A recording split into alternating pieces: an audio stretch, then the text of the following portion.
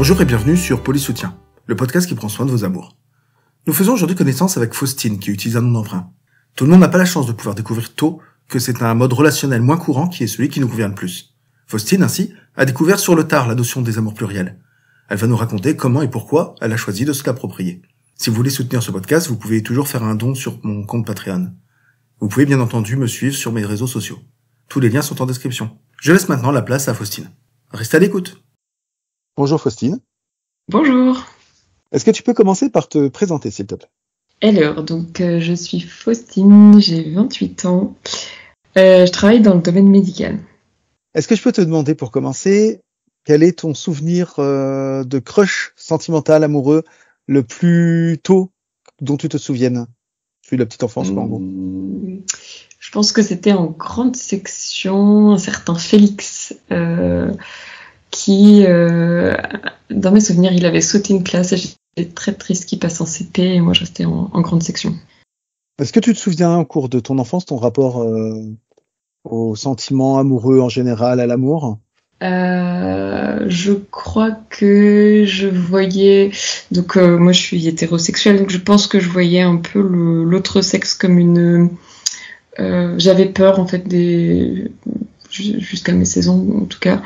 Dans mes souvenirs, j'avais un peu peur d'approcher les garçons et donc j'ai toujours été un peu, c'est pas méfiante, mais on va dire que quand j'avais des crushs, c'était jamais avoué, jamais. C'était juste des choses qui se passaient dans ma tête et dans ce que je ressentais, mais pas des choses qui étaient forcément vécues. Il faut dire qu'à cette époque, c'est aussi une période où il y a plus de séparation entre les garçons et les filles. On a tendance un peu à être à chacun de son côté. Ouais, c'est sûr que il y a une scission qui est assez importante. Je restais avec mes copines, mais j'avais un copain peut-être dont j'étais en crush justement, mais voilà, jamais j'aurais osé avancer quoi que ce soit. Enfin, voilà, je me souviens pas avoir fait de bisous ou quoi que ce soit en primaire, en tout cas, non. D'accord. Donc, t'arrives au collège, comment ça se passe ? Déjà les études pour commencer, est-ce que t'arrives confiante, bonne élève, etc. ou pas ? Oui, ça va, j'ai été assez bonne élève, mais en fait j'ai toujours gardé cette peur un peu des garçons, vraiment je pense jusqu'en troisième seconde peut-être, ça s'est calmé, mais voilà, donc au collège au final c'était plus ou moins pareil. Bon, j'avais un crush, évidemment, il le savait pas. Même topo, en fait, je restais loin des garçons. J'avais des amis garçons, mais c'était des amis de la bande de garçons. J'étais pas proche spécialement à parler avec les garçons. J'avais que des copines, quoi. Donc au final, c'était exactement la même chose qu'en primaire, quoi. J'approchais pas du tout. J'ai pas eu de relation amoureuse au collège non plus. Je me définissais comme amoureuse, mais j'avais pas de relation avec les garçons. Et du coup, le premier flirt avec un garçon, la première relation que tu as nouée, c'était plutôt vers quel âge ? Du coup, la première relation, c'était en première. Sur mon année de première, un crush, encore une fois, juste avoué à une copine et pas à la personne en question. Et ce crush en question était en crush sur la copine avec qui j'avais dit que je crushais sur lui. Du coup, elle lui a mis un râteau parce qu'elle était pas intéressée, mais elle lui a dit, par contre, j'ai une copine qui est intéressée, et du coup, voilà, ça a fuité comme ça.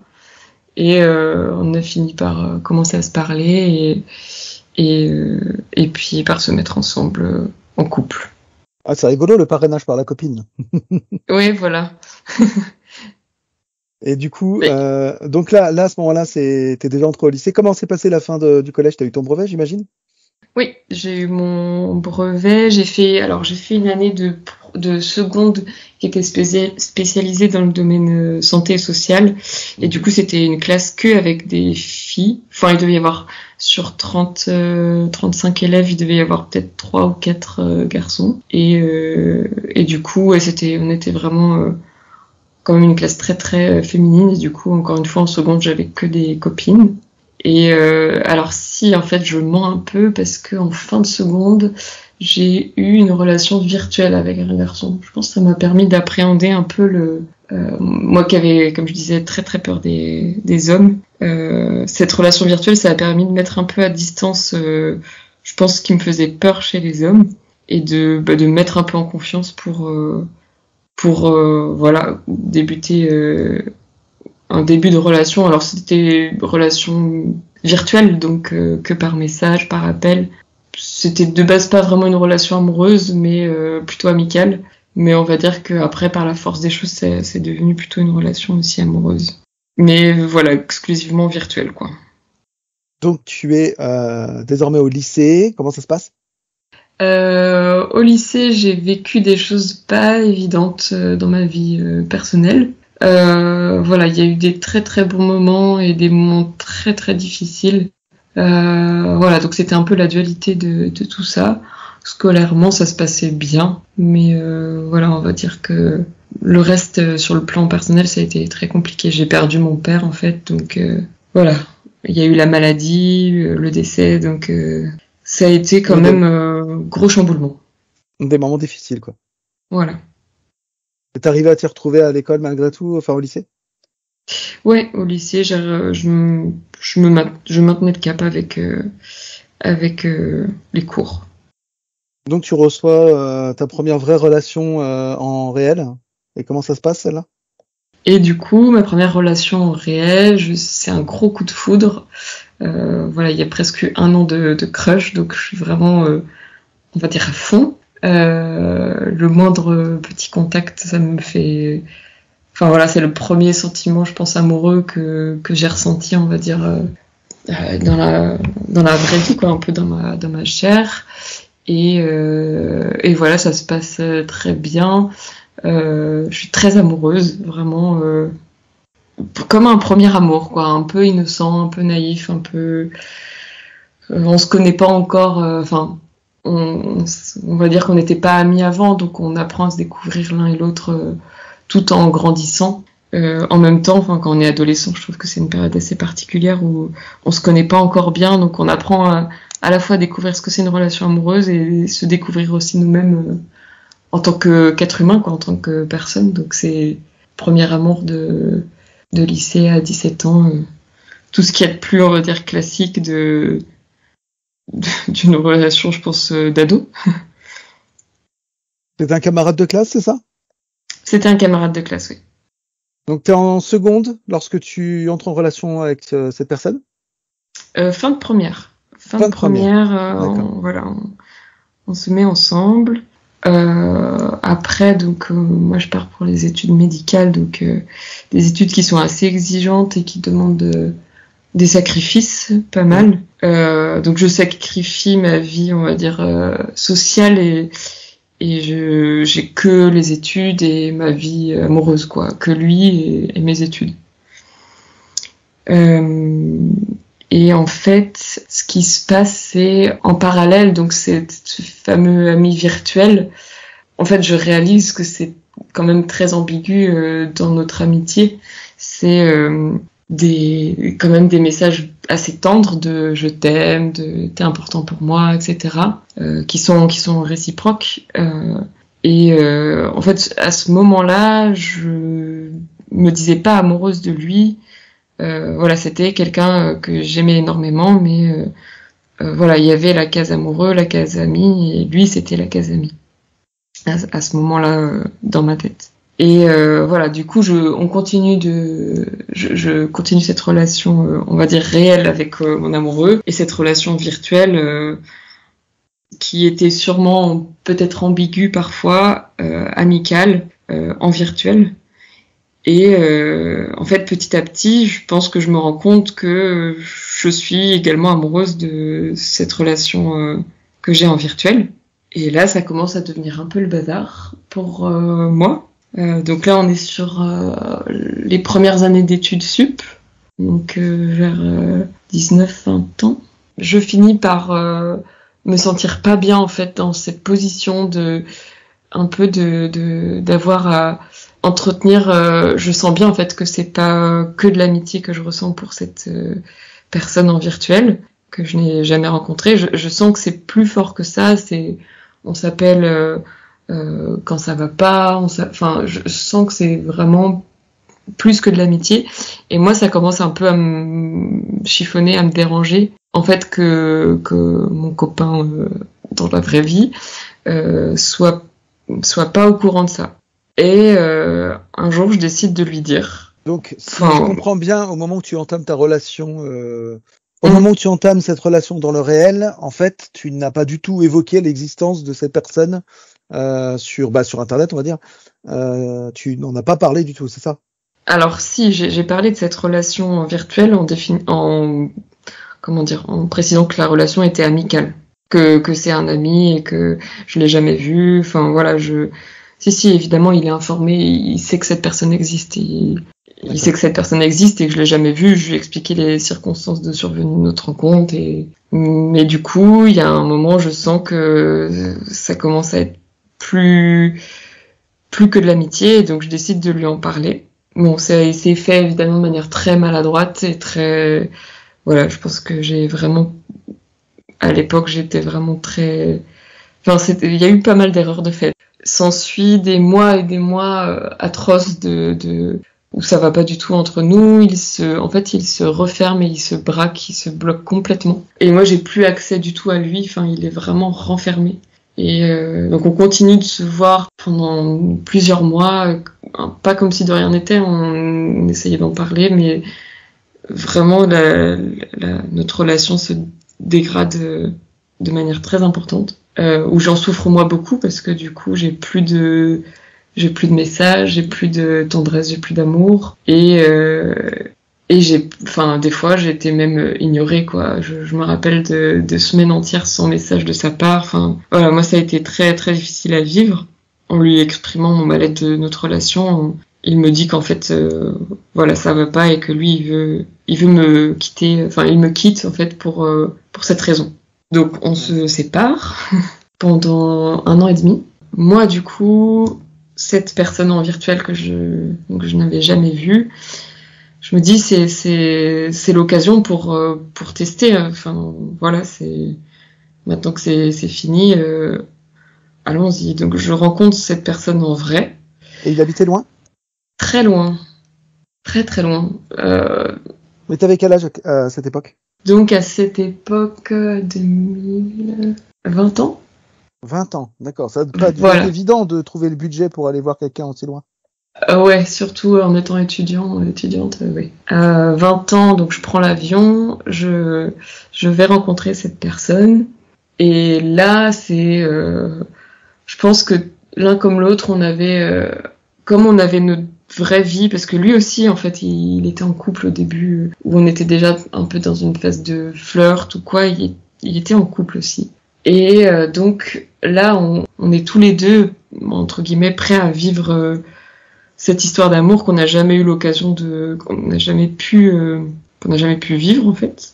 Et donc c'est vraiment comme dans les films d'amour, il m'attend à l'aéroport avec un bouquet de fleurs, voilà, il me conduit jusqu'à chez lui. C'est mignon tout ça. C'est très mignon. Et on est vraiment sur notre petit nuage, rien qu'à nous, de bonheur, et on passe 10-15 jours dans le pays où il est. Et voilà, c'est vraiment, on est dans notre bulle, on fait des barbecues, coucher du soleil sur la plage. Enfin, c'est vraiment, voilà, c'est l'histoire vraiment de film. On est tous les deux en fait très très romantiques et très très fleur bleue. Donc en fait, ça match. On est tous les deux dans notre rêve et ça match très très bien de ce côté-là. Sauf que moi, en fait, de mon côté, j'aime toujours donc mon ex. Et donc c'est très difficile pour moi de me laisser aussi complètement aller, on va dire. Et surtout à ce moment-là, j'ai l'impression que la rupture avec mon ex est à cause de lui, à cause de cette personne virtuelle. En fait, je m'en voulais énormément d'aimer cette personne qui était virtuelle. Et donc dans ce que je ressentais, j'avais énormément de colère qu'il m'ait fait quitter mon premier amour. Enfin voilà. La personne qui m'avait... Enfin voilà, mon premier copain, quoi. Cette colère, tu la ressens aussi dans la période où tu es avec lui et vous venez de vous découvrir, ou est-ce que cette colère, elle se met en pause le temps que vous vous découvrez et peut-être pour revenir un peu plus tard? Non, cette colère, alors elle se met quand même en pause, mais en fait je sens que il y a quelque chose qui est pas correct. Je sens que en fait ça va finir un peu par m'éclater au visage, quoi. Je sens que cette colère, je la contiens parce que je décide de vivre cet amour et voilà. Mais je sais qu'à tout moment ça peut. Enfin, en fait, je ressens à la fois de l'amour et de la colère. En fait, c'est exactement ça qui se passe, c'est que je l'aime de tout mon cœur. En même temps que je le déteste, je me déteste à moi en fait de l'aimer. Mais en fait, je le déteste lui parce que c'est plus facile de détester quelqu'un que de se détester soi-même. Et je sens que tu lui as pas parlé de cette ambivalence en toi. Si. Dès le début? À ce moment-là, non. Non, voilà, effectivement. C'est ce que je voulais dire. Voilà. Du coup, voilà, j'ai beaucoup de colère et beaucoup d'amour en même temps, mais évidemment, je partage que l'amour avec lui. On est très amoureux, mais moi, cette colère, elle est trop présente. Et en fait, je m'étais aussi sentie manipulée de certaines choses, je pense. Je fais tout pour saboter cette relation. Alors, même que j'aime cette personne, mais j'aille à la distance, on est tous les deux jeunes, sont revenus. Voilà, mais on est dans notre monde, il me promet mondes et merveilles, qu'on se mariera, qu'on aura des enfants, enfin c'est vraiment très intense, on va dire, comme relation. Dès les 15 premiers jours, là, tu parles? Ouais, dès les 15 premiers jours, on apprend surtout à se connaître, on va dire en vrai. Mais oui, ça vient très très vite, je sais pas si c'est dès les 15 premiers jours, mais en tout cas, dès le premier mois même quand je suis rentrée en France, dès le premier mois, c'est des promesses comme ça, des promesses de vie ensemble, quoi. Qu'on va vieillir ensemble, qu'on sera inséparables. D'accord, donc peut-être très intense pour toi, qui en plus est en parallèle en proie à cette colère. Voilà, je suis en proie à cette colère et en fait le deuil de ma précédente relation n'est pas du tout fait, en fait. Je suis en fait en pleine peine de cœur de m'être fait quitter. Donc voilà, des sentiments très très ambivalents. C'est vraiment très ambivalent ce que je traverse à ce moment-là. J'ai oublié de te demander combien de temps il s'est écoulé entre le moment où tu t'es séparé de ton ex, donc tu l'appelais elle comme ça depuis tout à l'heure, et cette rencontre avec cet inconnu. Alors entre la séparation et le moment où on se rencontre, il y a 6 mois je pense. Ouais, janvier, mai, juin. D'accord. Donc ça aurait pu, le deuil aurait pu être terminé, mais c'était pas le cas. Est-ce que t'avais pas des espoirs que cette nouvelle relation justement t'aide à oublier la première? Non, pas du tout. Je savais que la personne que j'avais perdue, c'était quelqu'un que je retrouverais jamais et que jamais je pourrais aimer de cette façon la personne qui m'avait quitté, quoi.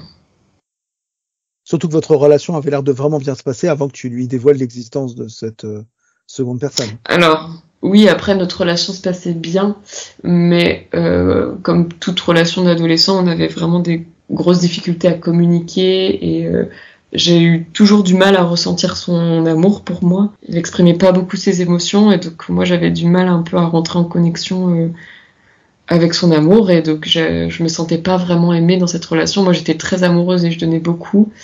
Quand on s'est séparés, ça faisait 2 ans et demi qu'on était ensemble et ouais je me sentais pas vraiment aimée, quoi. Donc t'avais une certaine carence affective aussi. Voilà, j'avais une certaine carence affective que mon ami virtuel du coup comblait en me disant qu'il m'aimait. Comprends. Donc je sabote cette relation qui était à distance, plus ou moins virtuelle. On essaie de se voir de temps en temps. Je finis par le tromper pour bien saboter le truc jusqu'au bout. Suite à ça, donc je me retrouve célibataire pendant presque 1 an et je fais une dépression parce que je m'en veux beaucoup d'avoir trahi des personnes que j'aimais parce que j'ai eu vraiment la sensation de trahir les deux et donc mon ex qui était dans ma vie réelle, on reprend un peu contact en étant amis, en faisant des petites activités ensemble, sans ambiguïté. Et au final, on finit par se dire qu'en fait, on s'aime trop et on finit par se remettre ensemble.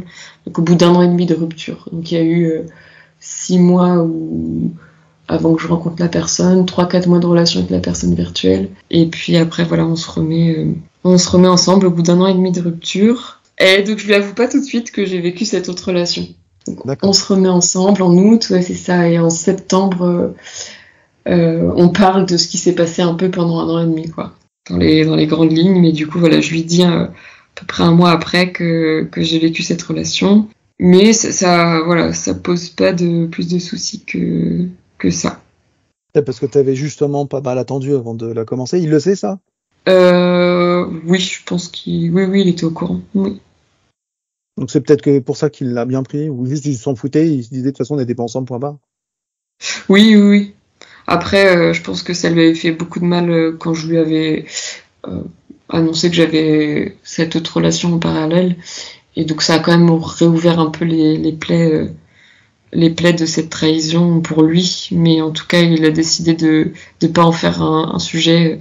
Il y a eu 15 jours où il était froid, mais après, voilà, il est passé au-dessus de ça et je pense qu'il a pardonné d'avoir attendu aussi longtemps pour lui dire. Et cette relation, du coup, elle part sur de meilleurs auspices une fois ce délai passé? Du coup, voilà, après, une fois les choses dites, eh bien, on revit notre relation. Donc, c'est une toute autre relation parce qu'on a vécu des choses, lui comme moi, de notre côté entre-temps. Mais on reste tous les deux quand même le premier amour l'un pour l'autre. Donc en fait, on reprend pas du tout notre relation là où on l'avait laissée. C'est un peu comme 2 nouvelles personnes qui se rencontrent et qui réécrivent une nouvelle relation. Je t'ai même pas demandé, est-ce qu'il a eu une relation lui aussi de son côté pendant les 1 an et demi? Pendant les 1 an et demi, il a pas eu de relation. Il a pas eu de relation pendant ces 1 an et demi. Voilà. Il y a eu de l'ambiguïté avec une personne, mais voilà, qui s'est pas avéré. Il s'est pas mis en relation avec cette personne. Du coup, on vit notre relation à fond jusqu'en fin 2022, je pense, où là, je commence à avoir un crush sur un de mes meilleurs potes. Et voilà, du coup, à ce moment-là, quand je crush sur un de mes meilleurs potes, je décide de rester dans un déni et de pas voir un peu ce que je ressens et de le mettre de côté parce que avec le passif de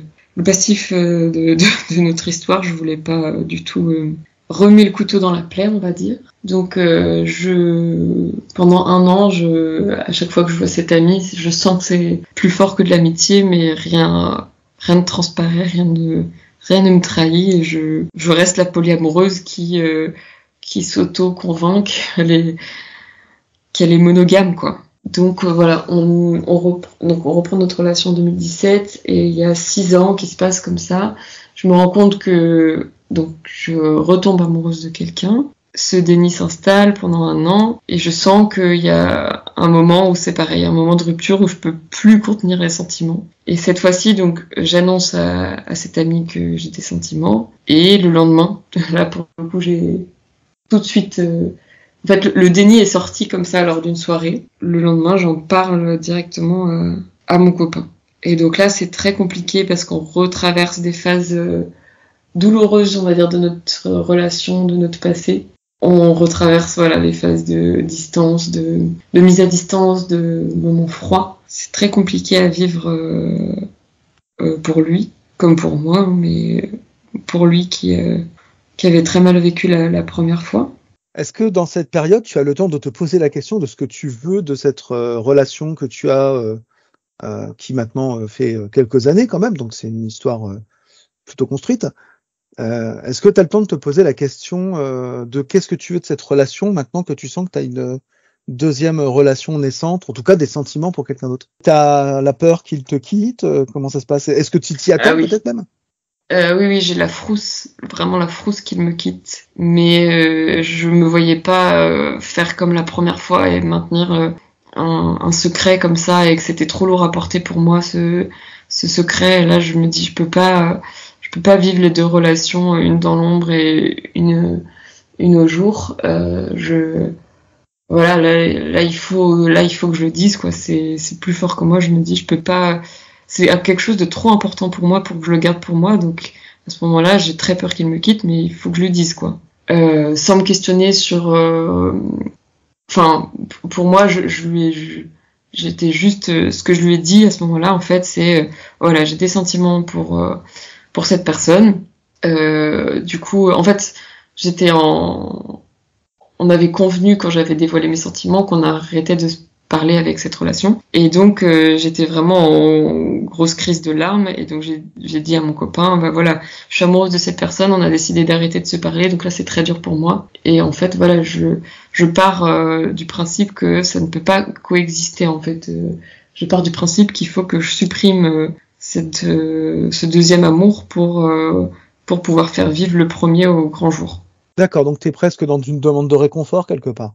Non, je suis dans une logique de transparence et je sais que je me sentirai jamais comprise par mon copain de ce côté-là. Donc pour moi, c'est pas quelqu'un de ressources, on va dire, dans ce genre de situation. Je sais qu'il peut pas me comprendre et donc je suis plutôt seule avec ma peine et juste dans une démarche de transparence. Finalement, la transparence, tu la vis un peu comme une fatalité, non ? Quelque chose que tu es obligé de faire, que tu ne veuilles pas, quoi. Enfin, une fatalité, je me disais que c'est ce qu'il y avait de mieux, en fait, d'être, quand on a une relation construite avec quelqu'un, d'être entièrement transparent. Enfin, voilà, moi, je ne voyais pas mentir sur quoi que ce soit. D'accord.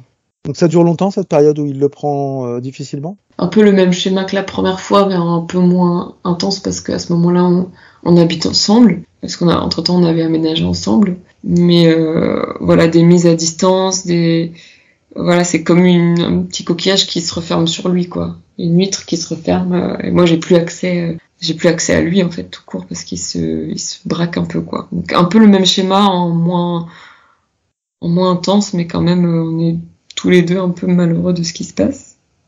Là, je commence à me rendre compte qu'en fait, ça me rend très triste d'avoir à couper les ponts avec cette personne. Et je me dis, je vais être aussi malheureuse, en fait, en ayant à choisir d'aller avec l'un et de dire bye bye à l'autre. Et je sens que ça commence vraiment à me rendre malheureuse. Et donc là, j'évoque la possibilité avec lui. Est-ce qu'on pourrait pas essayer d'ouvrir notre relation ? Mais tout en étant pas très informée sur le sujet, quoi. Disant au pire, voilà, on essaye, on voit ce que ça donne et on voit ce que ça donne. Et est-ce que vous parlez de la réciprocité à ce moment-là ? Est-ce que le fait d'en parler pour toi, ça t'interroge sur lui ? Ah oui, évidemment. Je suis dans une démarche où moi je peux ressentir des choses pour plusieurs personnes en même temps.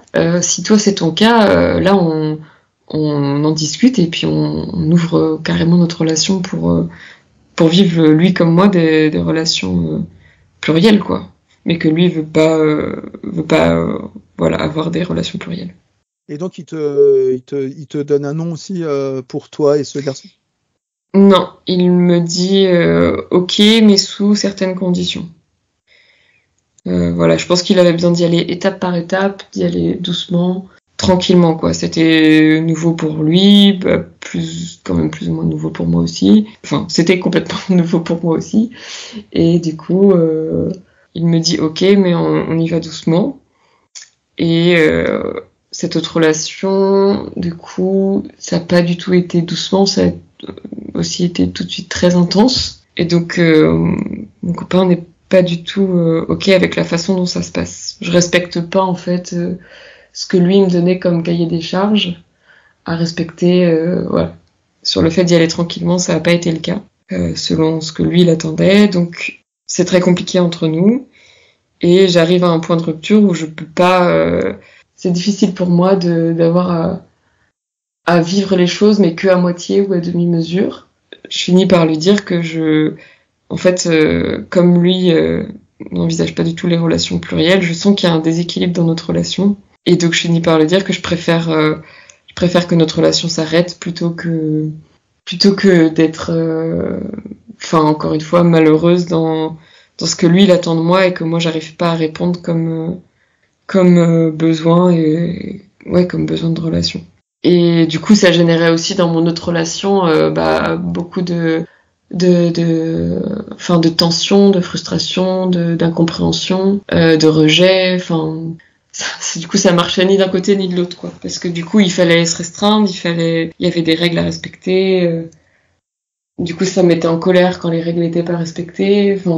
Voilà, ça n'a pas bien fonctionné ni d'un côté ni de l'autre. Jusqu'à un point où moi je pète un plomb et je dis stop à tout le monde. Et en gros, je fais comprendre à on va dire ma relation socle que cette histoire de règles, ça me va pas parce que je culpabilise, j'arrive pas à tenir les règles qui sont demandées et ça me fait me sentir mal. Et ça me refait ressentir un peu comme la première fois, j'ai l'impression de trahir ce qu'il me demande et ça me donne une mauvaise image de moi-même et ça me remet dans un cercle qui me met mal, en fait. Je suis très, très malheureuse. Et donc, je me dis, je préfère être seule, en fait, être célibataire que de m'embourber dans des relations qui me conviennent pas. Au final, on décide de pas se séparer, Là, il se rend compte, je pense qu'à ce moment-là, quand j'arrive à ce point de rupture, ma relation socle, il se rend compte que c'est aussi éprouvant pour moi. Alors oui, c'est très éprouvant pour lui, mais c'est aussi très compliqué pour moi.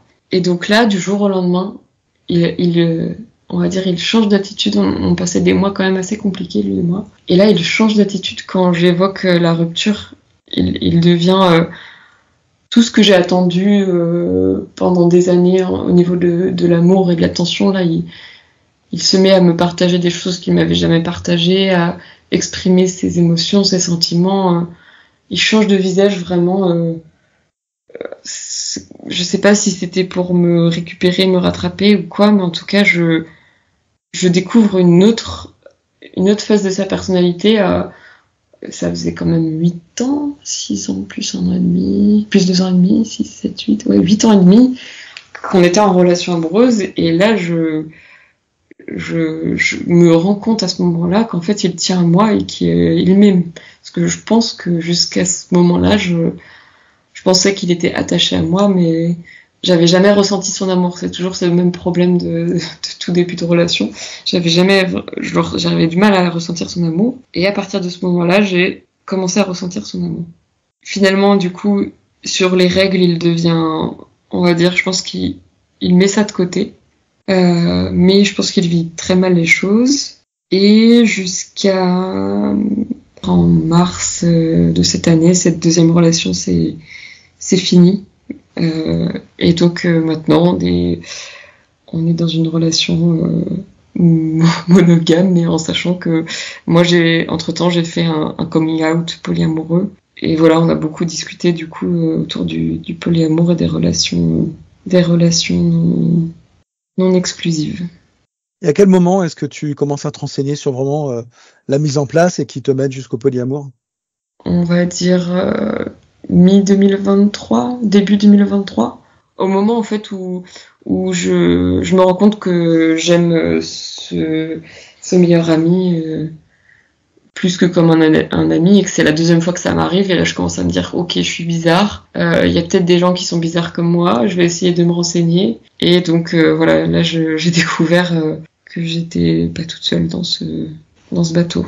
Je découvre les relations plurielles et le polyamour vers le terme et on va dire tout ce qui l'amène vers mes 26-27 ans. Donc au final, c'est très récent, quoi. Ça fait 1 an ou 2. Tu as évoqué le fait que tu avais fait un coming out polyamoureux. Tu veux dire auprès de ton compagnon ou d'une manière plus générale, plus large ? Ça a commencé avec mon compagnon et après ça s'est fait de manière plus générale, plus large, dans ma famille, dans mon entourage. Voilà, d'accord. Mes amis, ouais.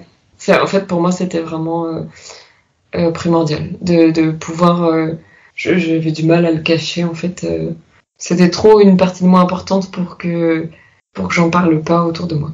Ça n'a même pas l'air d'être quelque chose qui arrive souvent, d'ailleurs. C'est juste que quand ça arrive, tu veux pouvoir le vivre. Ouais, non, c'est vrai que je suis tombée amoureuse du coup 3 fois, quoi. La relation virtuelle, mon copain premier amour et donc cette relation amoureuse avec mon meilleur ami. En fait, t'es pas vraiment en recherche, en fait, c'est juste que ça te tombe dessus. Ah oui, non, je suis pas du tout en recherche de ça, en fait. Moi-même, je dis souvent que si je pouvais être, on va dire, monogame et comme tout le monde, ça m'arrangerait bien. J'aurais beaucoup moins de soucis dans ma vie. Non, peut-être pas non plus, mais on va dire que ouais, ça me tombe un peu dessus et si je pouvais ne pas le ressentir, je le choisirais parce que c'est quand même très compliqué à vivre. Mais non, je recherche pas du tout à vivre plusieurs relations. Donc là, aujourd'hui, ça fait quelques mois maintenant que vous êtes retourné, alors pas en exclusivité, bien sûr, mais en tout cas, pour le moment dans lequel tu n'as qu'une seule relation.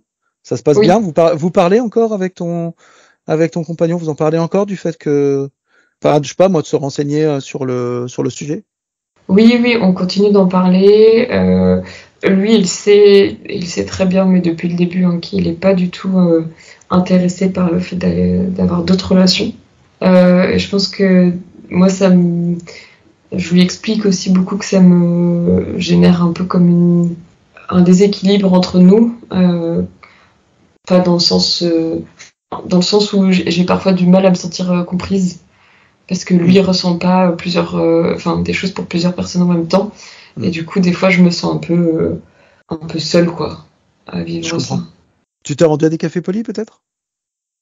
J'ai fait un café poli, mais entre-temps, j'ai déménagé, donc voilà. Et là où je suis actuellement, il n'y a pas de café poli, donc...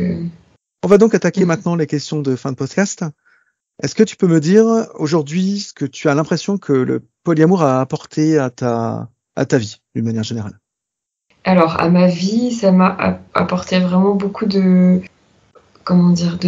beaucoup plus de sincérité, d'authenticité dans mes relations, mais quelles qu'elles soient, pas que amoureuses. Alors, j'ai toujours eu besoin d'authenticité et on va dire, de transparence avec les personnes qui étaient dans ma vie, mais là, c'est vraiment, je supporte plus d'être, on va dire, tout ce qui est mensonge, tout ce qui est non-dit. Ça m'a énormément appris à mieux communiquer dans ma relation. En fait, là, la dynamique actuelle dans laquelle on est, c'est vraiment, ça n'a rien à voir. Alors évidemment, la première fois qu'on est sortis ensemble, on avait 17 ans, donc rien n'est comparable, mais vraiment, c'est une toute autre relation. Ça nous a permis d'énormément évoluer, avancer, de se dire les choses, de communiquer, d'être dans une transparence qui, pour moi, est vraiment essentielle, quoi. Et de manière générale, dans ma vie, du coup, j'applique aussi ces valeurs-là qui sont importantes. Du coup, est-ce que je peux te demander quelle est ta définition personnelle du polyamour? Du coup, selon moi, c'est la capacité à pouvoir aimer plusieurs personnes en même temps, de manière, on va dire, plutôt romantique, et en choisissant ou pas de vivre ces relations, parce que du coup, on peut avoir un crush très fort ou un amour très fort sans décider de vivre la relation. Mais j'ai mis du temps à comprendre que on pouvait décider ou pas de vivre ces relations, qu'il y a une différence. On peut être polyamoureux mais en relation, on va dire exclusive, et on peut être polyamoureux en relation non exclusive, quoi. Eh ben, je te remercie. Et je peux juste rajouter quelque chose? Bien sûr, vas-y, je t'écoute. Et donc le fait d'avoir fait ce coming out polyamoureux, j'ai trouvé une communauté polia et relations non exclusives hyper bienveillante, hyper ouverte et hyper agréable. Et ça le fait d'être en contact avec des personnes aussi bienveillantes etc. Ça m'a conforté on va dire dans ce que je ressentais de ce que j'étais. Et ça m'a fait beaucoup de bien. Et je pense que ça m'a un peu ouvert aux questions queer et je me définis comme queer par le polyamour. Je te remercie au nom de tous ceux qui écoutent et qui se reconnaissent dans cette communauté poly dont tu parles. Donc cet entretien est terminé pour aujourd'hui. Je te remercie d'avoir répondu à mes questions. À bientôt. À bientôt, merci.